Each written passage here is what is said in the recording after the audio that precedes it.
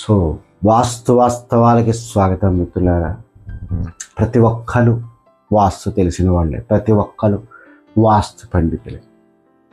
2012 నుంచి స్థాపత్య వేద ధర్మాన్ని, దాని యొక్క సైన్స్ని చెప్పే ప్రయత్నాన్ని అర్థం చేసుకోకుండా ఓన్లీ టెక్నాలజీ పరిగెడుతున్నారన్నమాట.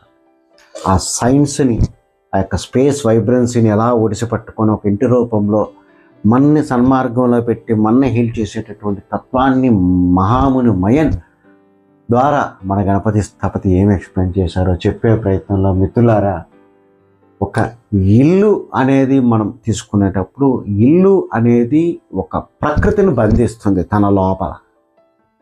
ఈ యొక్క ప్రకృతి లోపల మనం కాపురం చేయడం మొదలుపెట్టినప్పుడు ఆ ఇంటి లోపల ఉన్న ప్రకృతి మన ఇంటర్నల్గా ఉన్న మన ప్రకృతి మీద, మన శరీరమేనంట, మన ఇన్నర్ కాన్షియస్ మీద పనిచేస్తుంది అన్నమాట. సో ఒక ధర్మబద్ధంగా ఇల్లు కట్టాలి అనుకునేటప్పుడు మనం చేయాల్సింది ఏంటంటే, ఇంటి యొక్క ప్రకృతిని, వ్యక్తి యొక్క ప్రకృతి లేదా ఇంటి యొక్క ప్రకృతిని ఆ యొక్క కుటుంబంలోని వ్యక్తుల యొక్క సమూహానికి ఎంతవరకు మంచి చేస్తుంది అనే తత్వాన్ని లెక్కలగట్టడమే ఇల్లు కట్టడం.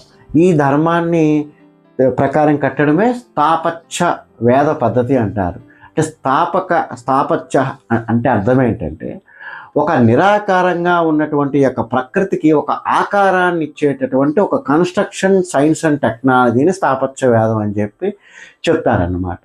సో ఇందులో మనం నిర్గుణ బ్రహ్మ, సగుణ బ్రహ్మ అనుకునేటప్పుడు ఒక ఓపెన్గా ఉన్నటువంటి ప్రకృతి ఏదైతే నిర్గుణంగా ఎటువంటి గుణాలు లేకుండా సచ్చితానంద అని చెప్పి చెప్తున్నాను అనమాట. అంటే అది ఒక ఎగ్జిస్టెన్స్ అనేది ఏదైతే ఉన్నదో, ఆ యొక్క కాన్షియస్నెస్ ఏదైతే ఉన్నదో, ఒక బ్లెస్సింగ్ ఏదైతే ఉన్నదో దానికి ఒక ఆకారాన్ని ఇచ్చి, అంటే ఇంటి ఇవ్వడం ద్వారా సగుణ బ్రహ్మ అనేటటువంటి ఒక కాన్షియస్నెస్ ఇంటి లోపల క్రియేట్ చేయడం.